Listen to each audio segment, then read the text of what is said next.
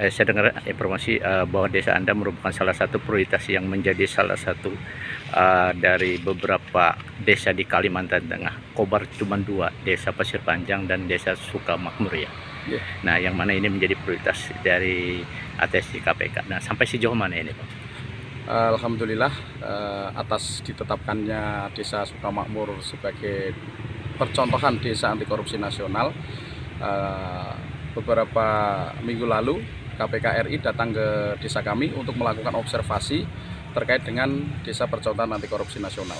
Dan desa kami ditetapkan sebagai percontohan desa anti korupsi nasional ini atas pilihan langsung oleh KPK RI beserta dengan Desa Pasir Panjang. Jadi di Kabupaten Kota Waringin Barat ini ada 2 desa yang berhasil atau ditetapkan sebagai percontohan desa anti korupsi nasional.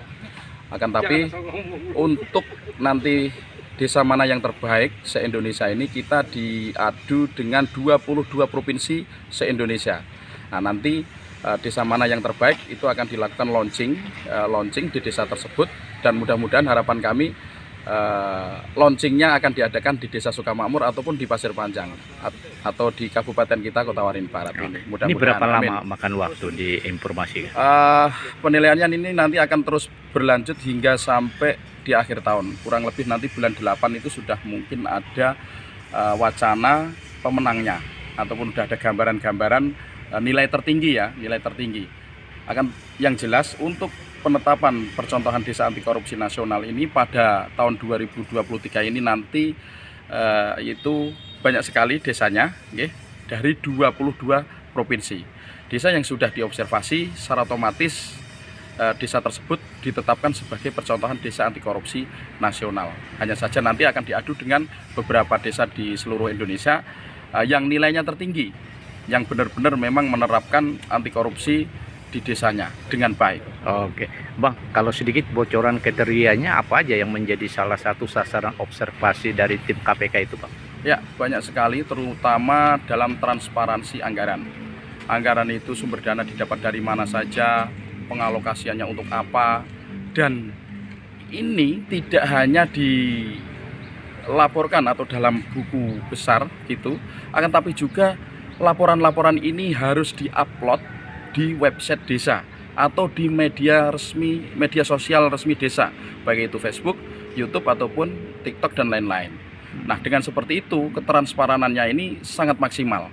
Tidak hanya ditulis di suatu laporan saja atau di meja saja atau di lemari, akan tetapi berani mengupload di website, berani mengupload di media sosial desa agar semua orang, tidak hanya di desa kita saja, bahkan di desa lain juga bisa melihat ketransparanan desa kita ataupun desa anti korupsi. Berarti bukti digital gitu ya? Bukti digital. Kalau kita melihat bukti digital yang bisa kita tarik websitenya untuk Desa Sukamakmur apa, Bang? Di situ nanti bisa dibuka di website Desa Sukamakmur, OpenSheet. Kita pakai aplikasi OpenSheet Desa. Itu ada seperti realisasi anggaran tahun 2021, 2022, dan juga rencana anggarannya, rencana anggaran 2021, rencana anggaran 2022, dan bahkan kalau di 2023 ini sudah ada RAPBDes-nya tahun 2023. Kalau untuk realisasinya belum, karena kita belum akhir tahun, jadi belum menyelesaikan. Berarti dana transfer desa ya, dana DD dan ADD. Desa dari berbagai sumber itu harus dijelaskan secara rinci, dipakai untuk apa juga harus secara rinci, dan berani membuat desa digital. Berarti salah satu percontoh juga bagi Kobar ini. Yang saat ini mungkin sepengetahuan Pak Kades ada enggak yang seperti ini?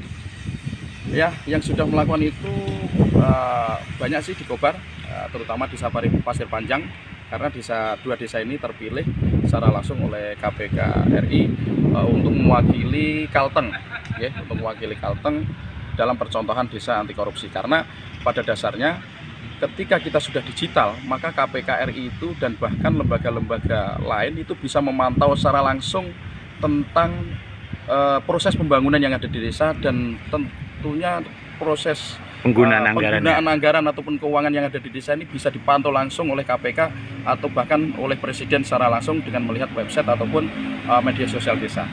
Oke, siap. Mungkin harapannya apa, Kades? Oke, harapan kami mudah-mudahan, karena kami kemarin ketika di Bali dipesanin oleh Bapak Wakil Menteri Keuangan untuk supaya tidak hanya Sukamakmur saja di Kalteng, tapi bagaimana bisa desa-desa di Kalteng itu bisa mencontoh desa Sukamakmur dalam hal transparansi, dalam hal-hal lain yang sangat luar biasa. Tentunya yang dari Sukamakmur kita sudah ditetapkan sebagai kampung PKK, ya, satu-satunya di Kalteng.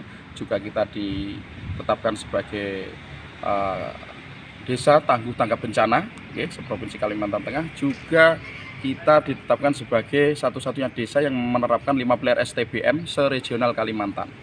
Nah, ini bukan perkara mudah untuk dilaksanakan di desa. Nah, harapan Pak Wakil Menteri Keuangan pada waktu itu menyampaikan ke kami, Bapak harus bisa memberikan contoh atau motivasi pada desa-desa lain di Kalteng ini supaya bisa menjadi Sukamakmur berikutnya.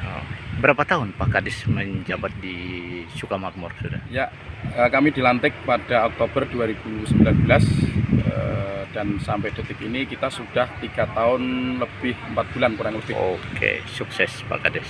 Siap.